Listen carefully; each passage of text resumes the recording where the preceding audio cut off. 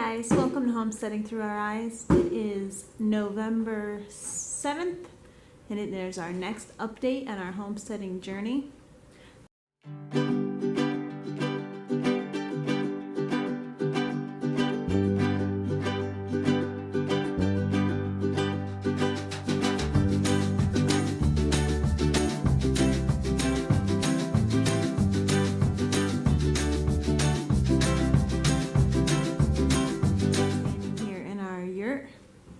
And as you can see, it is still quite unfinished. Not living in it yet. I did have the goal of October 31st, but like most of the other goals, they don't seem to happen on that day. So I'm just going to stop putting a date on it, and we'll move in when we move in. We did get the floor completely finished, shellacked. We filled in some of the gaps with a wood filler, and then we tried to do the coconut oil and beeswax, but it was just not really sealing it as well as we wanted, leaving it a little slippery and oily. So we did decide to go with shellac. It's been 5 days since we shellacked, and it's starting to smell better in here now, so we'll be able to start creating living spaces now. We got our wood stove in. It's not in the correct spot yet because we are working on our chimney. As you can see, we cut a hole in the lattice. We bought a through-the-wall wood stove chimney kit from Tractor Supply that has most of the pieces that we need, and actually one extra piece that we'll end up selling. But now we have a start on the chimney. We started putting our bracing around the outside of the platform. This will make the platform in Yurt more stable. That should go all the way around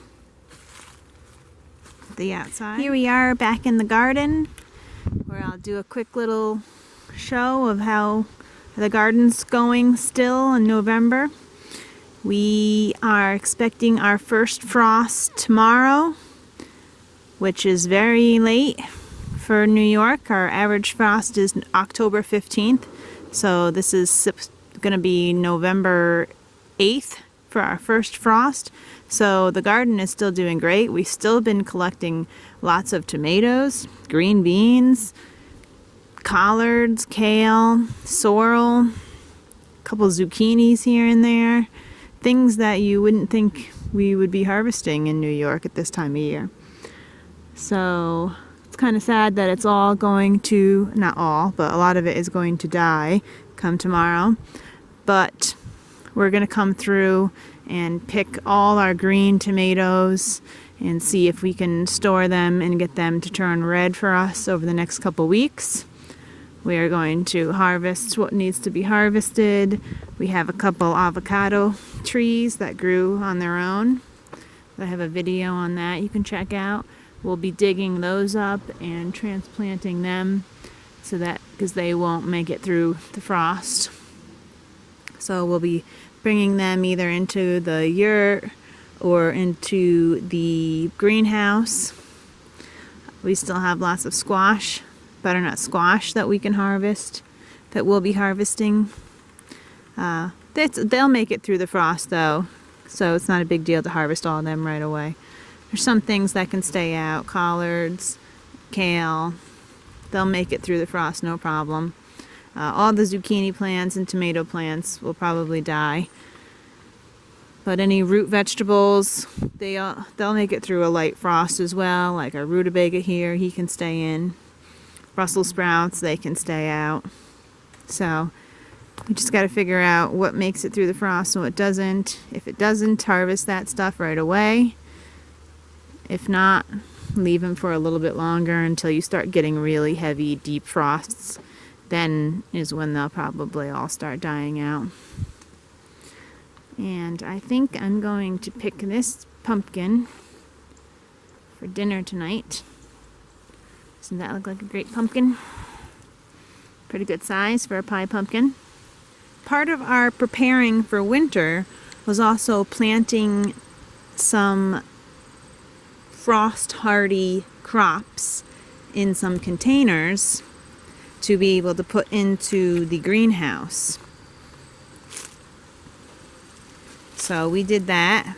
This will be our first year trying to do anything in the greenhouse, so we're not sure how it's going to go, but figured we would dig up a couple plants from the garden, and when it's time to bring them into the greenhouse, they're all right by the greenhouse, ready to go in. We have 3 Swiss chard plants in here.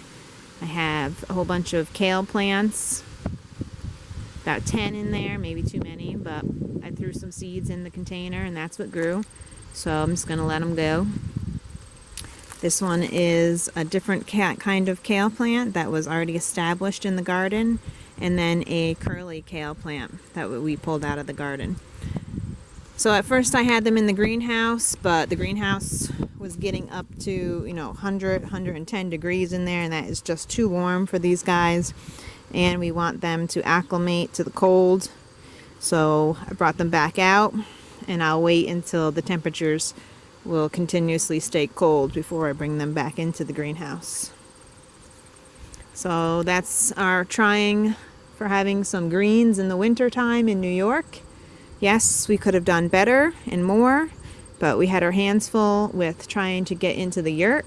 So this is what we got done. Next year we'll have much more and know much more as we research and do more learning. So wish us luck on getting some fresh greens in the winter. That would be a huge help with our grocery bill and just having something fresh and green to eat. Thanks so much for watching our update. I can't believe it's been a year and a half now that we've been documenting our journey. We've come a long way. Our garden has gotten huge. Our yurt has been put up. Our simple pump has been put in, our greenhouse has been built. Now we just need to move into the yurt and make it our official homestead. Thanks for watching. Check out our other videos and our full journey. Peace.